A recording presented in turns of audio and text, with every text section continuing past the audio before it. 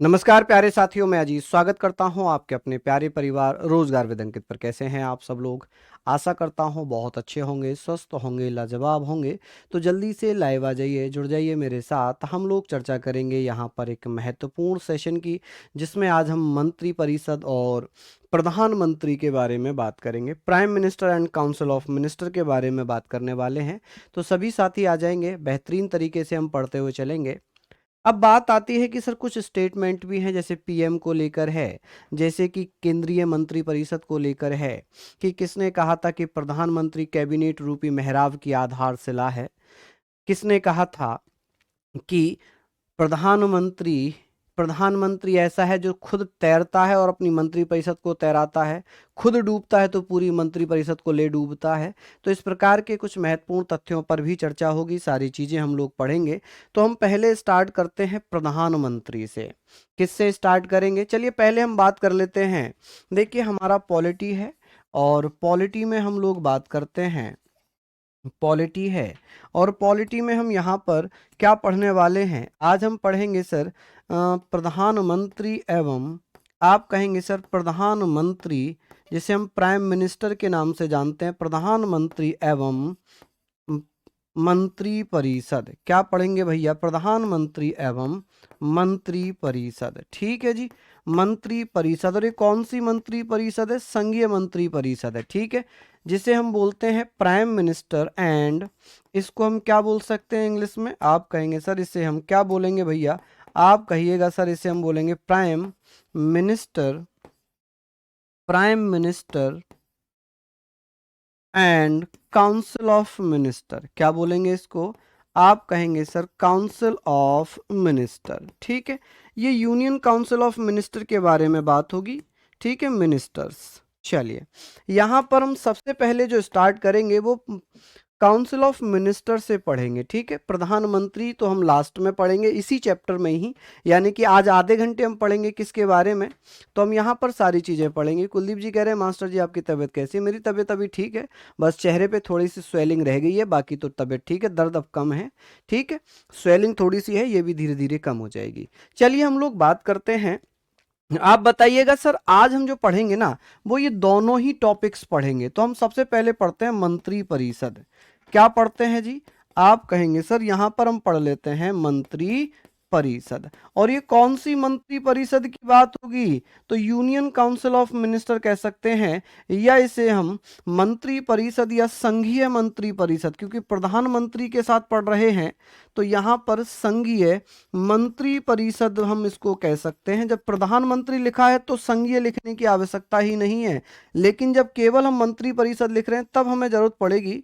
इसे union council of minister कह सकते हैं। क्या कहेंगे जी इसको? आप कहेंगे union council of minister, council of minister. ठीक है जी, मिनिस्टर्स। चलिए, मिनिस्टर्स, तो यहाँ पर हम सारी चीज़ों पर चर्चा करने वाले हैं, मिनिस्टर्स। अब ये बताइए सर, ये किस भाग में आता है? ये जो है, यहाँ पर अगर मैं इनकी बात करूँगा सर, ये जो टॉपिक है, ये टॉपिक संविधान के किस भाग में आता है, किस पार्ट में आता है? आप कहेंगे सर भाग 5 में आता है। किस में? भाग 5 में आता है। चलिए, यहाँ पर चर्चा आ गई कि सर ये भाग 5 में है।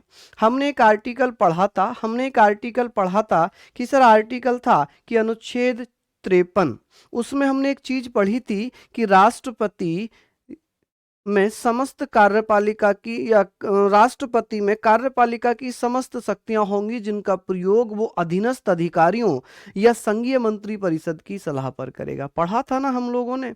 अब हम यहाँ पर बात करेंगे आर्टिकल 74 से। किससे पढ़ेंगे? आर्टिकल 74 से। चलिए, बहुत बढ़िया। अब हम लोग यहाँ पर सारी चीज़ों के बारे में बात कर रहे हैं कि सर जो संघीय मंत्री परिषद है, इसका गठन, इसका गठन कौन से आर्टिकल में है? इसका कॉन्स्टिट्यूशन, गठन को कॉन्स्टिट्यूशन भी लिखते हैं भैया। कभी आप यहाँ पर संविधान समझ बैठो कि गठन का मतलब तो कंपोजिशन होगा, लेकिन इसके परिप्रेक्ष्य में हम इसे कॉन्स्टिट्यूशन कहते हैं। कि कौन से आर्टिकल में इसका गठन किया जाता है? आप कहेंगे सर एक आर्टिकल है, आर्टिकल 74। आर्टिकल 74 में लिखा है कि भैया मंत्री परिषद का गठन होगा और ये मंत्री परिषद राष्ट्रपति की सहायता के लिए की जाती है। कि सर मंत्री परिषद का गठन किसके लिए किया जाता है? तो आप लोग बताइएगा। बिल्कुल कुलदीप जी, बिल्कुल भैया, यहां पर हम आगे बात करते हैं। चलिए आप लोग मुझे बताइए कि भैया हम यहां पर संघीय मंत्री परिषद के बारे में बात करेंगे। किसके बारे में बात करेंगे? संघीय मंत्री परिषद के बारे में बात करेंगे। यानी मंत्री परिषद का गठन किस में किया गया है? आर्टिकल 74 में। मंत्री परिषद या संघीय मंत्री परिषद का गठन किस में है? आर्टिकल 74 में किया गया है। ठीक है, चलिए ये बताइए कि सर इस मंत्री परिषद का प्रधान कौन होता है? प्रधान कह लें या हेड कह लें? कि सर इसका हेड कौन होगा? आप कहेंगे सर इसका प्रधान जो होता है वो पीएम होता है। कौन होता है जी? प्राइम मिनिस्टर होगा। तो यहां पर आप कह सकते हैं कि सर प्रधानमंत्री। कि संघीय मंत्री परिषद का अध्यक्ष या हेड कौन होता है? तो आप कहेंगे सर प्रधानमंत्री होता है। कौन होता है? प्रधानमंत्री। चलिए अब आप लोगों को दो शब्द बताने हैं। एक तो मंत्री परिषद क्या होती है और एक आप लोगों को बताने हैं सर मंत्रिमंडल क्या होता है। दो शब्दावली के मैं यहां पर आपसे चर्चा करूंगा। मैं यहां पर आपसे एक चीज पूछूंगा कि सर ये बताइए, एक तो मंत्री परिषद मुझे आप बता दीजिए, मंत्री परिषद क्या होती है? और एक आप मुझे बताइए कि सर एक तो मंत्री परिषद, एक मंत्रिमंडल। ऐसे करके आप लोग मुझे दो शब्दों का प्रयोग है यहाँ पर, ये आप मुझे बताएंगे कि सर ये हमने पढ़ना है कि भैया यहाँ पर आपको बताना है कि मंत्री परिषद जिसे काउंसिल ऑफ मिनिस्टर कहते हैं और इसे हम बोलते हैं कैबिनेट। मंत्रिमंडल को हम क्या बोलते हैं? कैबिनेट। चलिए कि सर इनमें अंतर क्या है? अंतर आप लोगों को बताना है कि सर जो मंत्री परिषद है इसमें इसमें कौन कौन होते हैं? इसमें भैया पीएम भी होता है। आप कहेंगे सर इसमें केंद्रीय मंत्री होते हैं। कौन होते हैं इसमें? केंद्रीय मंत्री। आप कहेंगे सर इसमें केंद्रीय मंत्री होते हैं। इसमें राज्य मंत्री भी होते हैं, राज्य मंत्री भी होते हैं और इसमें उप मंत्री भी होते हैं। कौन होते हैं? उप मंत्री भी होते हैं। पीएम सहित की बात हो रही है, प्रधानमंत्री तो होता ही है दोनों में। इसे हम क्या बोल सकते हैं इंग्लिश में? इसे हम बोलते हैं सेंट्रल मिनिस्टर। क्या बोलेंगे? Central minister. ठीक है जी, सेंट्रल मिनिस्टर। ठीक है, इसे हम क्या बोलेंगे? State minister. क्या बोलेंगे? State minister. ठीक है, चलिए इसे हम क्या बोलेंगे? Deputy minister. क्या बोलेंगे? Deputy minister. तो यहां तक आप लोग लिख लीजिए डिप्टी मिनिस्टर। अब बात आती है सर कैबिनेट में कौन कौन होते हैं? पीएम तो होगा ही, पीएम तो दोनों में ही होगा। इसमें भी पीएम होगा, इसमें भी पीएम होगा। ठीक है, और इसमें केवल केंद्रीय मंत्री होते हैं। कौन होते हैं? केंद्रीय मंत्री। आप कहेंगे सर केंद्रीय मंत्री, इसे हम बोलते हैं सेंट्रल मिनिस्टर। क्या बोलेंगे जी? केंद्रीय मंत्री को आप कहेंगे सर केंद्रीय मंत्री को हम क्या कह सकते हैं? आप कहेंगे सर केंद्रीय मंत्री को हम सेंट्रल मिनिस्टर कह सकते हैं। क्या कहेंगे जी? Central minister. ठीक है जी, मिनिस्टर। चलिए लिख लिया होगा आप लोगों ने कि सर ये बताइए, ये सारी चीजें आपको पता है कि आर्टिकल 74 में मंत्री परिषद का गठन है, लेकिन हमें ये पता है मंत्रिमंडल यानी कि कैबिनेट हमारे ओरिजिनल कॉन्स्टिट्यूशन में नहीं था।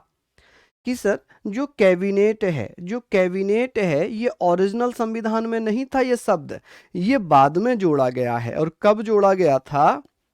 कि भैया जो मंत्रिमंडल शब्द है ये मूल संविधान में नहीं था। मैं हर पॉइंट आपको कराता हुआ चलूंगा। आप कहेंगे सर मूल संविधान में नहीं था। ठीक है जी, मूल संविधान में नहीं था। ये जो शब्द है ना कैबिनेट, मूल संविधान में नहीं था। ठीक है, मूल संविधान जिसे हम ओरिजिनल कॉन्स्टिट्यूशन कहते हैं, कि सर ओरिजिनल कॉन्स्टिट्यूशन में नहीं था। आप कहेंगे सर ओरिजिनल कॉन्स्टिट्यूशन में नहीं था, नहीं था। इसे भैया क्या किया गया है? 44वें कॉन्स्टिट्यूशन अमेंडमेंट एक्ट। आप कहेंगे सर 44वां कॉन्स्टिट्यूशनल अमेंडमेंट एक्ट 1978 के द्वारा एक आर्टिकल जोड़ा गया, द्वारा आर्टिकल 352 क्लोज 3 में कैबिनेट या मंत्रिमंडल, आप कह सकते हैं मंत्रिमंडल जोड़ा गया। ठीक है, ये क्यों जोड़ा गया था, इसका कारण मैं आपको बताता हूं। इसका कारण क्या था कि जब 1975 में राष्ट्रीय आपातकाल लगाया गया था आंतरिक अशांति के आधार पर, तब ये चर्चा आई कि भाई राष्ट्रपति ने मात्र प्रधानमंत्री के फोन से हमारे देश में राष्ट्रीय आपातकाल घोषित कर दिया, लेकिन वास्तविकता ये होनी चाहिए कि राष्ट्रपति मंत्री परिषद की लिखित सूचना पर, जब तक मंत्री परिषद लिखित सूचना ना दे तब तक भैया राष्ट्रीय आपातकाल घोषित नहीं किया जाएगा। तो उन्होंने कहा कि भैया मंत्रिमंडल शब्द यूज करते हैं कि प्रधानमंत्री और कैबिनेट मिनिस्टर, यानी कि मंत्रिमंडल शब्द बाद में जोड़ा गया है। क्या किया गया, बाद में जोड़ा गया है। राज्य पुनर्गठन अधूरा, घूंसा मारूंगा खींच के, पूरा कराया है मैंने। नेक्स्ट क्लास में देख लेना, अगर कुछ बचा होगा तो मैंने अगली वाली क्लास में कराया होगा। चलिए, यहां तक आप लोगों ने पढ़ लिया। ये आप मुझे बताइए कि सर ये जो है कि जो मंत्रिमंडल शब्द है, ये जो मंत्रिमंडल शब्द है इसे बाद में जोड़ा गया है। क्या किया गया है, इसे बाद में जोड़ा गया है। तो यहां तक आप लोग इसको अच्छे से नोट डाउन कर लीजिए, यहां तक आप लोग इसको अच्छे से नोट डाउन कर सकते हैं। चलिए, बहुत बढ़िया, शानदार। चलिए, अब ये सारी चीजें हमारी हो गई खत्म। यहां पर हमने ये चीजें पढ़ ली कि सर मंत्रियों की नियुक्ति कौन करता है। मूल संविधान में ये नहीं था, इसे बाद में 44वें संविधान संशोधन अधिनियम 1978 के द्वारा अनुच्छेद 352 में क्लोज जोड़ा गया। अनुच्छेद 352 क्लोज 3 में कैबिनेट मंत्रिमंडल शब्द जोड़ा गया है, जिसमें प्रधानमंत्री और केंद्रीय मंत्री, सेंट्रल मिनिस्टर, यानी कि केवल कैबिनेट मंत्री होते हैं। इन्हें हम क्या बोल सकते हैं, कैबिनेट मंत्री बोलते हैं। क्या बोल सकते हैं, आप कहेंगे सर कैबिनेट मंत्री। ठीक है, इन्हें क्या बोल सकते हैं, कैबिनेट मंत्री। ठीक है, कैबिनेट मिनिस्टर, इनको हम कैबिनेट मिनिस्टर बोल सकते हैं। राज्य मंत्री को स्टेट मिनिस्टर, उप मंत्री। अब आपने सुना होगा एक स्वतंत्र प्रभार का मंत्री भी होता है। स्वतंत्र प्रभार के मंत्री के बारे में अगर मैं बात करूं तो राज्य मंत्री को ही स्वतंत्र प्रभार का मंत्री बनाया जाता है। यहां पर आप लिख सकते हैं कि सर राज्य मंत्री को स्टेट मिनिस्टर बोलते हैं। इसको क्या बोलेंगे, स्टेट मिनिस्टर। कि सर जो राज्य मंत्री होता है ना, स्टेट मिनिस्टर होता है, मिनिस्टर को ही स्वतंत्र प्रभार का मंत्री बनाया जाता है। स्वतंत्र प्रभार, कि सर स्वतंत्र प्रभार क्या होता है, स्वतंत्र प्रभार का मंत्री बनाया जाता है। मंत्री यानी कि मिनिस्टर बनाया जाता है। ठीक है, मिनिस्टर बनाया जाता है। यहां तक आप लोग लिख सकते हैं बनाया जाता है। चलिए, क्या ये सारे पॉइंट आपने लिखे। यहां पर हम ऐसे भी कह सकते हैं कि सर स्वतंत्र प्रभार का मंत्री है कि जब कोई केंद्रीय मंत्री का प्रभार, जब पावर्स ऑफ, या ऐसे कह सकते हैं कि भैया ये बताइए कि केंद्रीय मंत्री की जो पावर है किसी राज्य मंत्री को दी जाती है तो वो स्वतंत्र प्रभार का मंत्री, फ्री हैंड मिनिस्टर कहलाता है। क्या कहलाता है, फ्री हैंड मिनिस्टर हो जाएगा वो। ठीक है, चलिए यहां पर हम लोगों ने लिख लिया मंत्री परिषद बड़ा होता है या मंत्रिमंडल। आप कहेंगे सर मंत्रिमंडल बड़ा होता है। ठीक है, मंत्रिमंडल बड़ा होता है क्योंकि सरकार को यही चलाता है, केंद्र सरकार को यही मंत्रिमंडल चलाता है। प्रधानमंत्री, मंत्री, केंद्रीय मंत्री, राज्य मंत्री और उप मंत्री ये मंत्री परिषद में होते हैं। तो आप कहेंगे सर ये बड़ा होता है। ठीक है, इसके पास ज्यादा पावर होती है, ठीक है, ये किसमें, पावर में बड़ा है। ये किसमें बड़ा है, पावर में बड़ा है। ये सरकार चलाता है। ये क्या करता है, ये सरकार चलाता है। ठीक है, आगे बात करते हैं। अब बात आती है कि सर ये बताइए मंत्रियों की नियुक्ति कौन करता है? मंत्रियों की नियुक्ति किसके द्वारा की जाती है? जल्दी से आप लोग नोट डाउन कर लीजिए। हम लोग यहाँ पर बात करेंगे कि सर मंत्रियों की नियुक्ति किसके द्वारा की जाती है? मंत्रियों की नियुक्ति, मंत्रियों की नियुक्ति आप कहेंगे सर मंत्रियों की नियुक्ति किसके द्वारा की जाती है? नियुक्ति, ठीक है, अपॉइंटमेंट ऑफ मिनिस्टर। आप कहेंगे सर अपॉइंटमेंट ऑफ मिनिस्टर्स, कि सर मंत्रियों की नियुक्ति किसके द्वारा की जाती है? कौन कौन भैया बता देंगे? आप कहेंगे सर मंत्रियों की नियुक्ति कौन से आर्टिकल में दी हुई है? एक आर्टिकल दिया हुआ है, आर्टिकल 75 क्लोज 1। इसमें लिखा है कि प्रधानमंत्री और अन्य मंत्रियों की नियुक्ति राष्ट्रपति के द्वारा की जाती है। तो यहां पर आप कह सकते हैं सर राष्ट्रपति के द्वारा। किसके द्वारा? राष्ट्रपति द्वारा, ठीक है, राष्ट्रपति द्वारा, जिसे हम वाई प्रेसिडेंट भी लिख सकते हैं, वाई प्रेसिडेंट, ठीक है जी। किसके द्वारा हो रही है? Why president. क्या राष्ट्रपति अपनी मर्जी से किसी भी व्यक्ति को राष्ट्रपति मंत्री बना सकता है? नहीं। किसकी सलाह पर? पीएम की सलाह पर, ठीक है जी, पीएम की सिफारिश पर।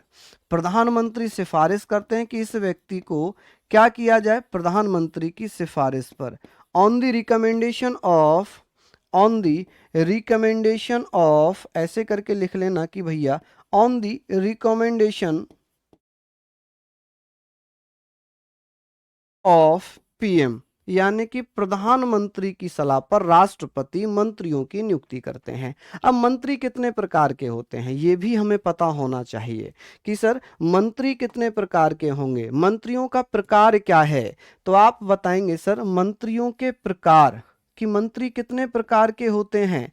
आप बता सकते हैं मंत्री होते हैं 3 प्रकार के। मैंने हालांकि यहां पर लिख भी दिया है, मंत्री एक प्रकार ये है, दूसरा प्रकार ये है, तीसरा प्रकार ये है। तो मंत्री कितने प्रकार के हो गए? तुम आप ये भी बता सकते हैं मंत्री 3 प्रकार के होते हैं। यहां पर मंत्री कि भैया कितने प्रकार के मंत्री बन सकते हैं? तो आप कहेंगे सर मंत्री 3 प्रकार के होते हैं। कितने प्रकार के? 3 प्रकार के, 3 टाइप्स होते हैं। कितने टाइप्स होते हैं मिनिस्टर्स के? 3 टाइप्स, केंद्रीय मंत्री, राज्य मंत्री और उप मंत्री, ठीक है। केंद्रीय मंत्रियों को सहायता कौन करता है? राज्य मंत्री। राज्य मंत्रियों को सहायता कौन करता है? उप मंत्री। तो इस प्रकार से आप लोग यहां पर लिख लीजिए, यहां पर आप लोग लिख लीजिए, ठीक है। चलिए बहुत बढ़िया। चलिए ये सारी चीजें आप लोगों ने यहां तक तो लिख ही ली हैं। अब मैंने कहा कि सर मंत्रियों की नियुक्ति कौन करता है? आप कहेंगे सर मंत्रियों की नियुक्ति राष्ट्रपति के द्वारा की जाती है, लेकिन उनकी लिस्ट प्रधानमंत्री देते हैं कि भाई इस मंत्री, इस व्यक्ति को ये मंत्री परिषद मंत्री के रूप में आप शपथ दिला दीजिए, बाद में कार्यभार में दे दूंगा, ठीक है। कि किसको गृह मंत्री बनाना है, किसको रक्षा मंत्री बनाना है, किसको वित्त मंत्री बनाना है, ये प्रकार की सारी चीजें हो जाएंगी। क्लियर है? चलिए बहुत बढ़िया। नीलेश जी उप मंत्री दोनों जगह होते हैं, केंद्र में भी राज्य में भी, है ना? तो आप ये ध्यान रखना है किसी के लिए भी बनाए जा सकते हैं। चलिए अब बात आती है सर ये जो मंत्री होते हैं इनका कार्यकाल कितना होता है? ये कितने समय के लिए बनते हैं? कार्यकाल आप कहेंगे सर मंत्री परिषद का जो कार्यकाल है, जो टेन्योर है, ये टेन्योर किस में दिया हुआ है? आप मुझे बताएंगे कि सर इनका टेन्योर किस में दिया है, कौन से आर्टिकल में है? आर्टिकल 75 क्लोज 2 कि प्रधानमंत्री और मंत्रियों की जो सेवा अवधि है, तो आप कहेंगे सर 5 साल। कितने साल तक होता है? लेकिन यहां पर ये 5 साल मत लिखना, यहां पर 5 साल मत लिखना, यहां पर लिखना कि मंत्री कब तक अपने पद पर बना रह सकता है। आप कहेंगे सर राष्ट्रपति के प्रसाद पर्यंत, राष्ट्रपति के प्रसाद पर्यंत। आप कहेंगे सर राष्ट्रपति के प्रसाद पर्यंत, यानी कि जब तक राष्ट्रपति चाहें। इसका मतलब क्या है? आप कहेंगे sir during of the pleasure, during of the pleasure, of the pleasure, during of the pleasure of president. जब तक राष्ट्रपति चाहेंगे तब तक मंत्री अपने पद पर बना रहेगा। ये तो हो गई किताबी भाषा। अब वास्तविक भाषा क्या है? वास्तविक भाषा ये है कि जब तक प्रधानमंत्री चाहते हैं मंत्री अपने पद पर बना रहेगा। जब तक प्राइम मिनिस्टर चाहेंगे तब तक वो मंत्री बना रहेगा। अगर प्रधानमंत्री उसे चेंज करना चाहेंगे तो राष्ट्रपति से कहेंगे जी इनको मैं चेंज करना चाह रहा हूं, आप इनको सस्पेंड कर दीजिए या इनका पद समाप्त कर दीजिए। तो राष्ट्रपति संबंधित मंत्री को भैया उसके पद से हटा सकता है। ठीक है, ये अधिकार किसका होता है? ये अधिकार प्रधानमंत्री का होता है। यहां पर हमने ये सारी चीजें लिख ली हैं। अब बात आती है कि सर क्वालिफिकेशन क्या होनी चाहिए, कौन व्यक्ति बन सकता है मंत्री या प्रधानमंत्री? आप कहेंगे सर दोनों की मैं एक साथ बात कर रहा हूं, हालांकि प्रधानमंत्री बाद में बताऊंगा इसलिए मैं प्रधानमंत्री लिख नहीं रहा हूं। आर्टिकल्स यही रहेंगे, प्रधानमंत्री के लिए भी आर्टिकल्स यही रहने वाले हैं। ठीक है जी, बहुत बढ़िया। अब बात यहां पर आती है कि सर इन मंत्रियों की योग्यताएं क्या होनी चाहिए? इन मंत्रियों की योग्यताएं क्या होनी चाहिए, क्वालिफिकेशंस क्या होनी चाहिए? आप बताइए सर कि क्वालिफिकेशंस क्या होनी चाहिए। कौन कौन साथी बता देंगे कि कौन व्यक्ति बन सकता है मंत्री या प्रधानमंत्री? ठीक है, फिलहाल तो मंत्री पढ़ रहे हैं तो मंत्री पर ही फोकस करेंगे। तो आप कहेंगे सर भारतीय नागरिक होना जरूरी है। पहली क्वालिफिकेशन तो ये आप समझे हर किसी में जरूरी है, भारतीय नागरिक होना बहुत जरूरी है। कौन होना चाहिए? भारतीय नागरिक, यानी कि सिटीजन ऑफ इंडिया होना जरूरी है। Citizen of India. तो आप कहेंगे सर सिटीजन ऑफ इंडिया होना बहुत जरूरी है, भारतीय नागरिक हो। यहां पर लिखा है कि उसकी आयु कितनी होनी चाहिए? आयु की आयु कम से कम उसकी 25 साल होना चाहिए। कितना साल होना चाहिए? 25 साल। तो आप ये भी ध्यान रखना कि मंत्री बनने के लिए कम से कम आयु कितनी चाहिए? 25 ईयर्स। कितनी चाहिए? 25 साल उसकी एज होनी चाहिए। कितनी साल एज होनी चाहिए? 25 साल उसकी एज होनी चाहिए। हम लोगों ने ये पढ़ लिया कि सर 25 साल एज होनी चाहिए। जो मंत्री बनेगा ये मंत्री सदस्य किसका होना चाहिए? किसका सदस्य होना चाहिए? मेंबर। आप कहेंगे कि सर जो मंत्री बन रहा है ये मेंबर किसका हो सकता है? तो आप लोग कहेंगे सर ये मेंबर किसका हो सकता है? आप बता देना कि सर जो मंत्री बनता है वो लोकसभा का सदस्य हो सकता है। लोकसभा का मेंबर मंत्री बन सकता है या राज्यसभा का मंत्री बन सकता है। राज्यसभा का सदस्य भी मंत्री बन सकता है। ठीक है, राज्यसभा सदस्य या लोकसभा सदस्य। ठीक है, राज्यसभा सदस्य हो या लोकसभा सदस्य हो। मेंबर ऑफ लोकसभा होना चाहिए।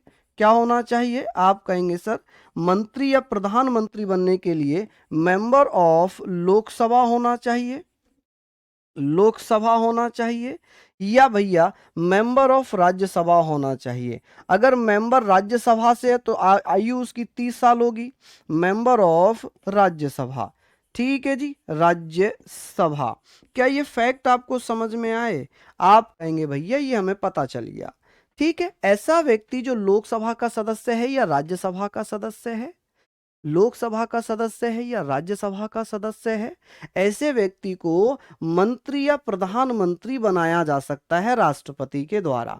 अब बात यह आती है कि यदि कोई व्यक्ति ना तो लोकसभा का सदस्य है ना राज्यसभा का सदस्य है, क्या वह व्यक्ति मंत्री या प्रधानमंत्री बन सकता है? बिल्कुल। कैसे बनेगा जी? कैसे बनेगा? आप कहेंगे सर ऐसा व्यक्ति जो ना तो लोकसभा का सदस्य ना राज्यसभा का सदस्य, कोई अदर पर्सन, अदर व्यक्ति है, क्या भारत में मंत्री या प्रधानमंत्री बन सकता है? बिल्कुल बन सकता है। ऐसा कौन सा मामला था जिसमें यह कहा गया था कि प्रधानमंत्री, मंत्री, मुख्यमंत्री बनने के लिए कोई अन्य व्यक्ति भी योग्य होगा? राष्ट्रपति किसी भी व्यक्ति को प्रधानमंत्री, मुख्यमंत्री, मंत्री बना सकते हैं। ये सुप्रीम कोर्ट ने एसपी, आप कहेंगे सर एसपी आनंद केस में कहा था। किस में कहा था? एसपी आनंद केस में कहा था कि किसी भी व्यक्ति को क्या किया जा सकता है? लोकसभा, राज्यसभा का सदस्य ना होते हुए भी प्रधानमंत्री, मंत्री बनाया जा सकता है। लेकिन अगर कोई अन्य व्यक्ति, यहां पर आप ध्यान रखें, यदि कोई अन्य व्यक्ति है, कोई अदर पर्सन है, आप कहेंगे सर अदर पर्सन, यानी कि जो ना तो लोकसभा का सदस्य है ना राज्यसभा का सदस्य, अन्य व्यक्ति भैया, ये क्या हो सकता है, मंत्री बनाया जा सकता है। क्या किया जा सकता है, मंत्री बनाया जा सकता है। ठीक है, मंत्री बनाया जा सकता है, जा सकता है। लेकिन इसके लिए कंडीशन दे दी है, बनाया जा सकता है। इसके लिए कंडीशन क्या है कि इसे 6 मंथ के अंदर अंदर, विद इन 6 मंथ, आप कहेंगे सर यदि कोई व्यक्ति जो लोकसभा का या राज्यसभा का सदस्य नहीं है, अदर व्यक्ति है, तो विद इन 6 मंथ उसे क्या करना पड़ेगा, विद इन 6 मंथ लोकसभा या राज्यसभा की सदस्यता लेना जरूरी होगा। राज्यसभा की सदस्यता लेना जरूरी है। राज्यसभा की सदस्यता, मेंबरशिप लेना जरूरी है। ठीक है जी, क्या लेना जरूरी है, मेंबरशिप। ठीक है, मेंबरशिप। क्या यहां तक आप लोग लिख लेंगे, मेंबरशिप होना जरूरी है। तो ये सारी चीजें आपने लिख ली, ये सारी चीजें आप लोगों ने यहां तक लिख ली होंगी। चलिए बता दीजिए, ऐसा व्यक्ति जो लोकसभा का सदस्य मंत्री बन सकता है, लोकसभा का नहीं है तो राज्यसभा का सदस्य होना चाहिए, राज्यसभा का भी नहीं है, लोकसभा का भी नहीं है, कोई अन्य व्यक्ति है तो अन्य व्यक्ति भी मंत्री बनाया जा सकता है, लेकिन उसे 6 महीने के अंदर अंदर, विद इन 6 मंथ, लोकसभा या राज्यसभा की सदस्यता लेना अनिवार्य है। सदस्यता लेना अनिवार्य है। क्या है जी, लेना अनिवार्य, यहां पर लिख लीजिएगा। ठीक है, अनिवार्य है, कंपलसरी है, अनिवार्य है। चलिए बहुत बढ़िया। चलिए बताइए, यहां तक कोई दिक्कत किसी को, यहां तक कोई दिक्कत अगर हुई हो तो आप लोग मुझे बता सकते हैं, आप लोग मुझे बता सकते हैं। तो यहां तक कोई समस्या किसी को अगर हो रही हो, चलिए बहुत बढ़िया, बताइए किसी को कोई आपत्ति तो नहीं है। चलिए अब बात करेंगे सर, मंत्रियों की संख्या कितनी हो सकती है, मंत्रियों की संख्या। क्या ऐसा कोई पीएम है जो अभी तक बना हो, बिल्कुल H D Deve Gowda, H D Deve Gowda. ठीक है, चलिए बहुत बढ़िया। एक मामला था, SP SP Anand versus H H D Deve Gowda, Hardalli Deve Gowda, 1996। जिस समय एच डी देवगौड़ा ये आंध्र प्रदेश के मुख्यमंत्री थे, लोकसभा राज्यसभा के सदस्य नहीं थे, तो उन्हें प्रधानमंत्री नियुक्त किया गया था, प्रधानमंत्री नियुक्त किया गया था 1996 में। चलिए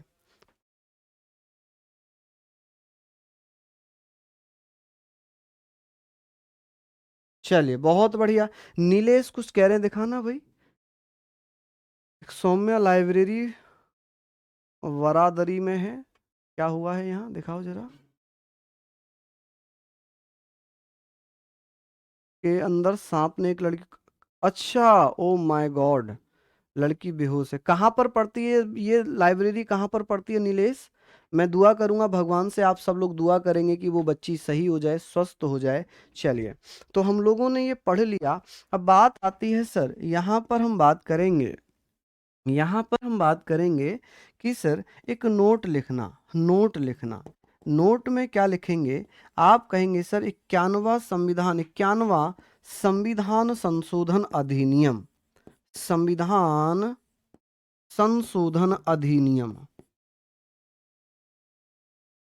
संशोधन अधिनियम। ठीक है जी, अधिनियम। वो 2003, आप कहेंगे सर 2003। यहाँ पर हम लोग बात कर लेते हैं 2003, तो ये हम सारी चीज़ों पर चर्चा कर रहे हैं। आप कहेंगे सर 91 कॉन्स्टिट्यूशनल अमेंडमेंट एक्ट 2003 के द्वारा क्या प्रावधान किया गया, के द्वारा मंत्रियों की संख्या, आप कहेंगे सर मंत्रियों की संख्या, की संख्या, केंद्र में मंत्रियों की संख्या लोकसभा का 15%। देखिए केंद्र में तो लोकसभा की संख्या का, लोकसभा संख्या का, लोकसभा सदस्यों का 15%, लोकसभा सदस्यों का 15%, एवं राज्यों में विधानसभा का, आप कहेंगे सर एवं राज्यों में में विधानसभा, जिसे लेजिस्लेटिव असेंबली कहते हैं, विधानसभाओं की कुल संख्या का 15% होना चाहिए। कितना होना चाहिए? का 15% से अधिक ना हो, 15% से अधिक ना हो, ये लिखा हुआ, अधिक ना हो। चलिए, ये बहुत महत्वपूर्ण हो गई चीजें, ना हो। ठीक है, यानी कि लोकसभा में अधिकतम कितने मंत्री बन सकते हैं? तो आप कहेंगे सर लोकसभा में जैसे कि वर्तमान में 543 हैं, तो इसका 1/15 यानी कि इसको ऐसे लिख सकते हैं 15%, और इसका 15% लगभग कितना हो जाएगा, ऐसे करके निकालना इसका, तो 543 गुणा 15/100, तो लगभग में कितना हो सकता है? तो यहां से जाएगा 5 4 15 चौका, आप कहेंगे 15 पंजे 75, तो लगभग 75। लेकिन लोकसभा की कुल अधिकतम संख्या का कितना प्रतिशत? तो आप कहेंगे अधिकतम संख्या तो कितनी हो गई है, वर्तमान में 550 हो गई है, लेकिन वैसे 552 ही है लिखा हुआ अभी भी संविधान में। तो आप कहेंगे सर लगभग 75 मंत्री बनाए जा सकते हैं, लेकिन लोकसभा में लिखा है कि 82 मंत्री बन सकते हैं। कितने मंत्री बन सकते हैं लोकसभा में? 82 मंत्री अधिकतम बन सकते हैं। ठीक है, चलिए, अब कुछ इंपॉर्टेंट कथन है मंत्री परिषद से कि किसने क्या स्टेटमेंट दी थी, किसने क्या स्टेटमेंट दी थी। ठीक है जी, हम लोग बात करेंगे। ऐसा कहीं नहीं लिखा मनीष, ये मनगढ़ंत कहानियां हैं, ऐसा कहीं भी नहीं लिखा कि ओबीसी वर्ग से प्रधानमंत्री नहीं बन सकता। भैया ओबीसी तो था भी नहीं जिस समय संविधान बना है, ओबीसी शब्द ही 1993 में दिया गया है। ठीक है, तो ये तो था ही नहीं भैया, 2003 है, 8 नहीं होगा ये। ठीक है, 8 नहीं होगा भैया। 91वां संविधान संशोधन अधिनियम ये कहता है मंत्रियों की संख्या, इसको आप चाहें तो लिख सकते हैं जी मंत्रियों की संख्या, कि अधिकतम मंत्री कितने बन सकते हैं, मंत्रियों की संख्या। ठीक है, मंत्रियों की संख्या। आप कहेंगे sir, number of ministers, number of ministers. ठीक है जी, नंबर ऑफ मिनिस्टर्स। तो ये हमने पढ़ लिया, मैं कुछ स्टेटमेंट भी बताऊंगा।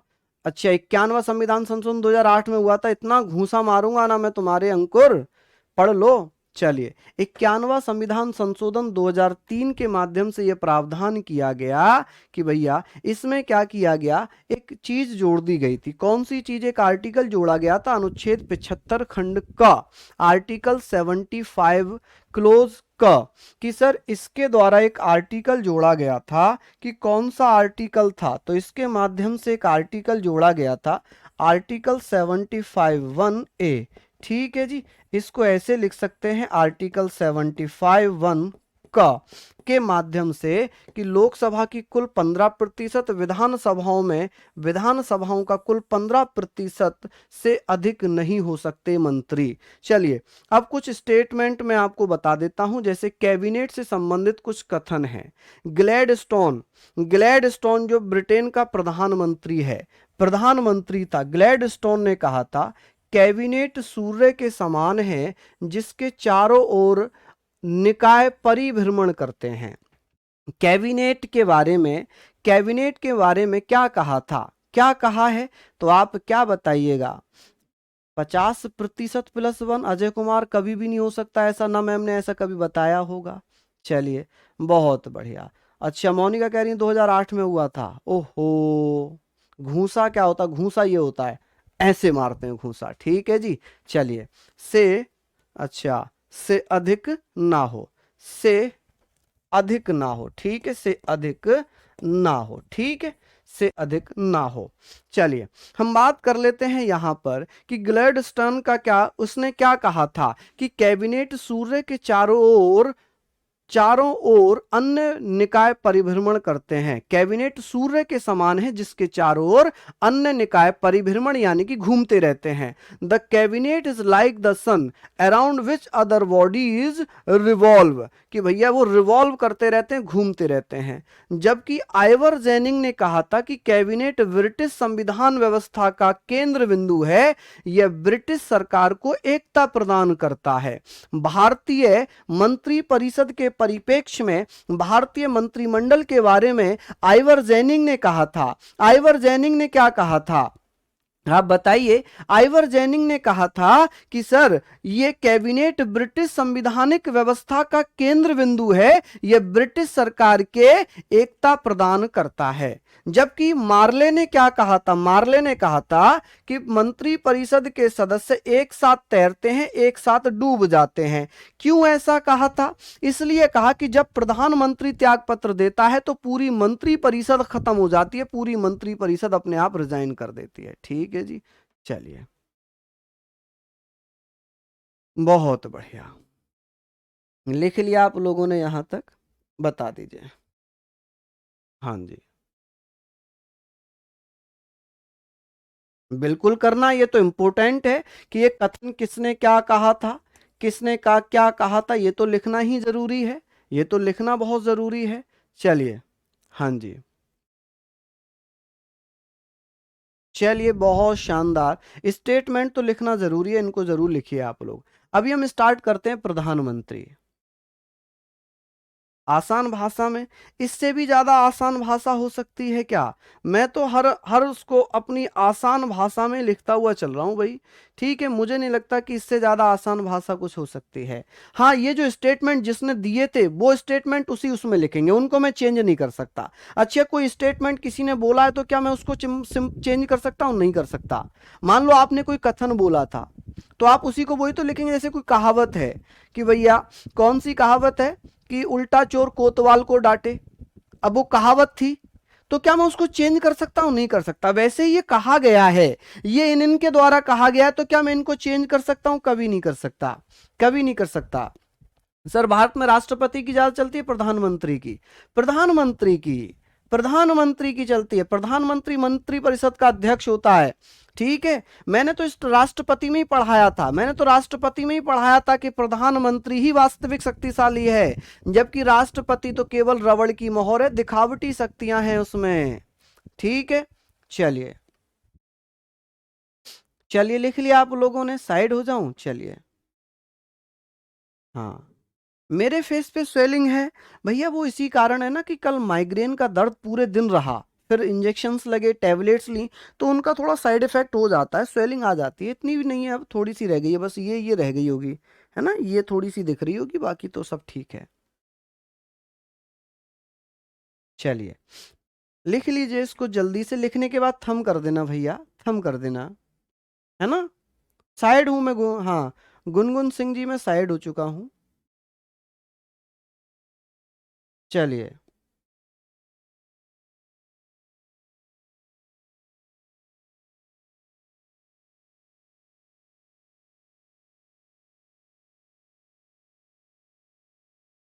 लिख लिया आप लोगों ने।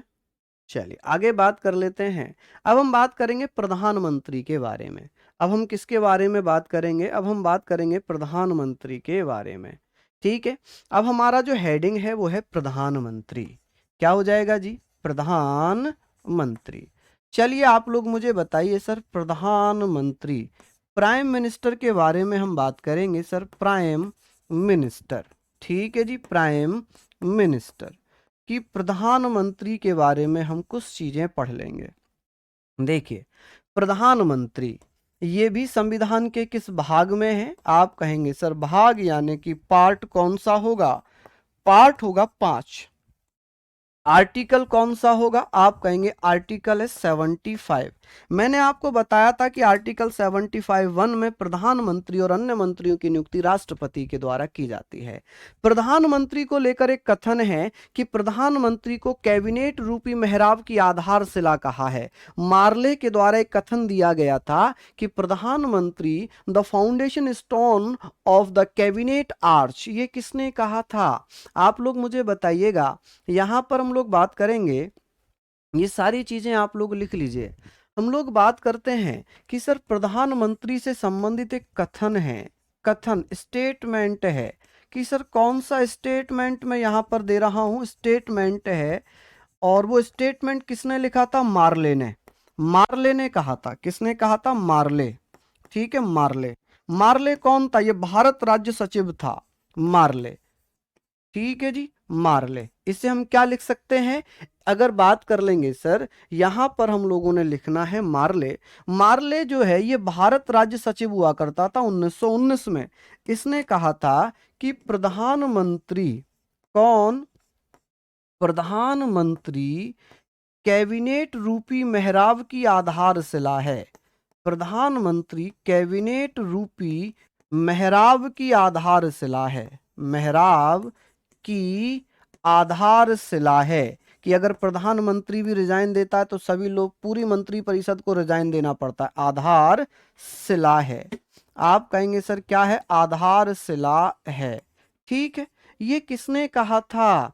आप कहेंगे sir prime minister is the foundation. यहां पर आप लिखेंगे the prime minister, the prime minister, the prime minister is the foundation. आप कहेंगे आधारशिला, फाउंडेशन स्टोन। फाउंडेशन स्टोन किसका? कैबिनेट रूपी मेहराब का। Of the cabinet arch, of the cabinet arch. ठीक है जी, किसका है? Cabinet arch. चलिए, बहुत बढ़िया कि सर यहां पर हमने पढ़ना है कि प्रधानमंत्री कैबिनेट रूप की मेहराब, कैबिनेट रूपी मेहराब की, ओहो ओहो, यहां पर मेहराब तो लिखा ही नहीं, रूपी मेहराब की आधारशिला है। किसकी? मेहराब की आधारशिला है। ठीक है, मेहराब की आधारशिला है। ये चीजें भी आप लोगों को पढ़नी चाहिए। आधारशिला है, ये हमने लिखना है कि sir the prime minister is the foundation stone of the cabinet arch. ठीक है, मेहराब की आधारशिला। ठीक है, ये आप लोगों को पढ़ना चाहिए।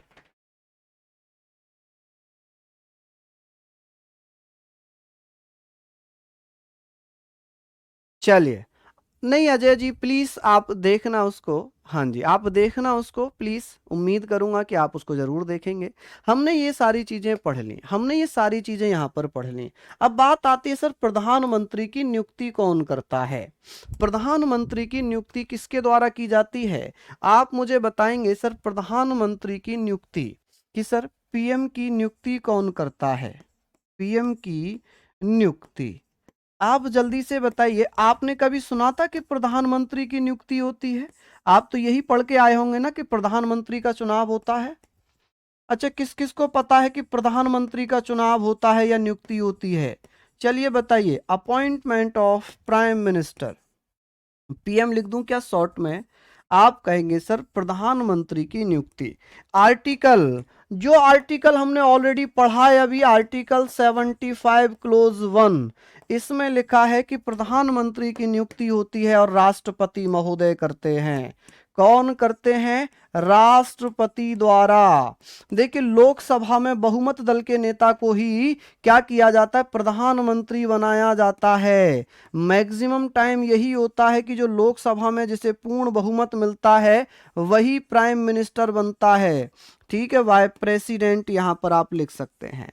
चलिए कि सर प्रधानमंत्री किसको बनाया जाता है? प्रधानमंत्री कौन बन सकता है? तो आप कहेंगे सर लोकसभा में बहुमत दल के नेता को, leader of majority in the Lok Sabha, उसी को प्राइम मिनिस्टर अपॉइंट किया जाता है बाय द प्रेसिडेंट। क्लियर? हमने सबने ये पढ़ा था, हमने सबने ये पढ़ा था। हाँ जी, बताओ एक कितना वो कर रहा है कि सर आपकी घड़ी 2 मिनट पीछे। अरे क्या करना है मेरी घड़ी से, क्या करना है मेरी घड़ी से भाई, हैं? बताओ। चलिए हम बात करेंगे सर, प्रधानमंत्री कौन बन सकता है, क्या हो सकती हैं इसकी योग्यताएं, क्वालिफिकेशन आप बताइए, योग्यताएं क्या हो सकती हैं, योग्यताएं आप कहेंगे सर क्वालिफिकेशन। सेम आर्टिकल रहेंगे तो बार बार लिखने की जरूरत है नहीं, क्योंकि मैंने मंत्रियों में लिख दिए हैं। क्वालिफिकेशन की बात होगी तो आप कहेंगे सर ऐसा व्यक्ति, ऐसा व्यक्ति आप मुझे बताएं कि भारत का नागरिक होना जरूरी है। कौन होना जरूरी है? आप कहेंगे सर भारतीय नागरिक होना जरूरी है, भारतीय नागरिक। ठीक है, जैसे हमने लिखा था ना मंत्रियों के लिए, वही यहां पर लिख रहे हैं, सिटीजन ऑफ इंडिया होना जरूरी है, सिटीजन ऑफ इंडिया। आप कहेंगे सर सिटीजन ऑफ इंडिया।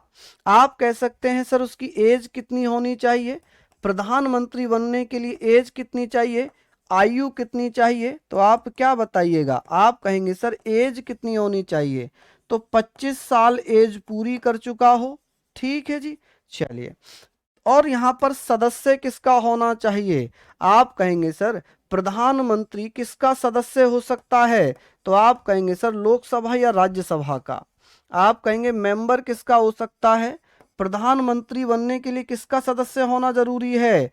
आप कहेंगे लोकसभा का सदस्य हो या राज्यसभा का सदस्य हो, लोकसभा या राज्यसभा। यदि कोई व्यक्ति ना तो लोकसभा का सदस्य ना राज्यसभा का सदस्य है, क्या वो प्रधानमंत्री बन सकता है? बिल्कुल बन सकता है। कैसे बनेगा आप मुझे बताएं? अन्य व्यक्ति भी प्रधानमंत्री बन सकता है। इसको आप लोग ऐसे लिख सकते हैं कि अन्य व्यक्ति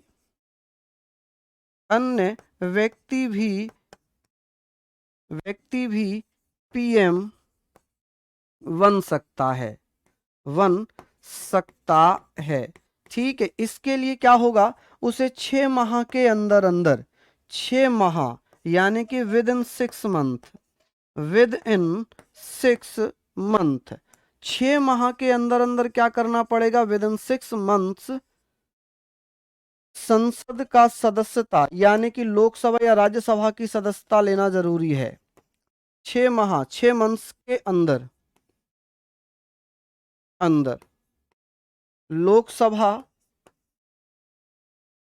या राज्यसभा, राज्यसभा, राज्यसभा की सदस्यता, सदस्यता लेना जरूरी है। मेंबरशिप, सदस्यता, कि भैया मेंबरशिप लोकसभा या राज्यसभा या डायरेक्ट संसद लिख सकते हैं, पार्लियामेंट लिख सकते हैं। मेंबरशिप, कि भैया मेंबरशिप लेना जरूरी है। ठीक है जी, लेना जरूरी है। क्लियर है जी, जरूरी है, ये आप लिख सकते हैं, जरूरी है। यहां तक आप लोग लिख लीजिए। क्या ये आप लोग लिख पाएंगे, मुझे बता दें, क्या आप लोग ये सारे फैक्ट लिख पाएंगे? भैया ये चीजें आप लोग मुझे बता दीजिए, क्या यहां तक आप लोग, ठीक है, आप बताइएगा कि सर ये सारे पॉइंट आप लोग लिख पाएंगे? यदि कोई व्यक्ति जो ना लोकसभा का सदस्य है ना राज्यसभा का सदस्य है, क्या वो प्रधानमंत्री बन सकता है? बिल्कुल। अन्य व्यक्ति भी पीएम बन सकता है, लेकिन उसे 6 महीने के अंदर अंदर लोकसभा या राज्यसभा का सदस्यता लेना जरूरी है। और ऐसा मामला किस में आया था, ऐसा मामला कब आया, कि भैया ये बताइए, ये बताइए कि एक मामला था जिसे हम किस नाम से जानेंगे? आप कहेंगे sir SP Anand versus HD Deve Gowda 1996, जिसमें सुप्रीम कोर्ट ने कहा था कि कोई अन्य व्यक्ति भी प्रधानमंत्री बन सकता है। क्योंकि एचडी देवगौड़ा उस समय आंध्र प्रदेश के कौन थे भैया, कौन थे जी बताएं? आंध्र प्रदेश के थे, कर्नाटक के थे? पहले तो मुझे यही बता दो कि एचडी देवगौड़ा किस राज्य के मुख्यमंत्री थे, एचडी देवगौड़ा किस राज्य के मुख्यमंत्री थे? पहले तो आप यही कमेंट करके बता दो। क्लास हो गई। चलिए बच्चों, ये क्लास थोड़ा सा मैं यहीं छोड़ रहा हूं, है ना, इसमें जो बचा हुआ होगा वो मैं कल आपको करा दूंगा। कल हम संसद पढ़ेंगे और संसद के साथ साथ मैं इसमें भी सारी चीजें आपको बता दूंगा, तो आप लोग मुझे बता देना, ठीक है? चलिए, तो बहुत बहुत धन्यवाद, नमस्कार, जय हिंद, जय भारत।